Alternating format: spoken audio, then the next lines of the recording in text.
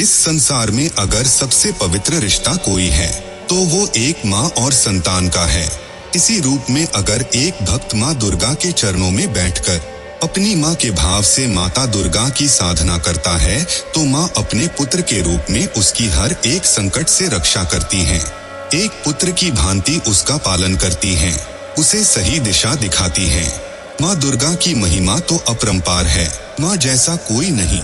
जो उनकी पूजा करते हैं, भक्ति करते हैं, वो उनके सिर्फ भक्त ही नहीं बल्कि उनकी संतान जैसे होते हैं। और जब माता अपनी संतान से प्रसन्न होती हैं तो उस पर उनकी अपार कृपा हो जाती है।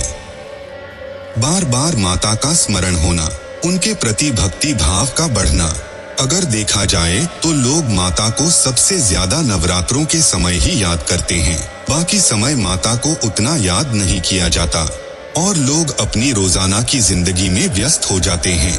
पर अगर किसी को बिना किसी त्योहार के भी माता की बार बार याद आ रही हो और माता की और ज्यादा भक्ति करने का मन हो रहा हो, उनके आगे अपने सारे दुख दर्द बताने का मन हो रहा हो, उनसे एक जुड़ाव महसूस हो रहा हो, तो ये कोई साधारण बात नहीं है। माता इस संकेत के माध्यम से ये बताना चाहती हैं कि वो आपसे बहुत प्रसन्न हैं और उनकी कृपा आपको प्राप्त हो चुकी है।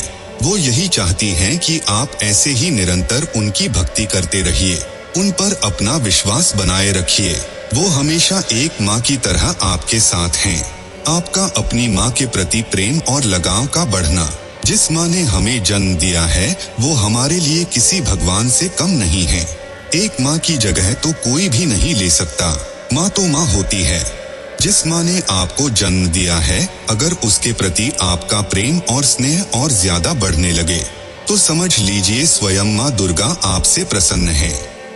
सपने में किसी छोटी कन्या को देखना। जब माँ की कृपा आप पर होने लगती है तो माँ किसी न किसी माध्यम से आपको जरूर संकेत देती हैं और ये संकेत उन्हीं में से एक है। सपने के माध्यम से भगवान हमें बहुत कुछ बताते हैं। सपने में किसी छोटी कन्या को देखना साक्षात माता के दर्शन करना है।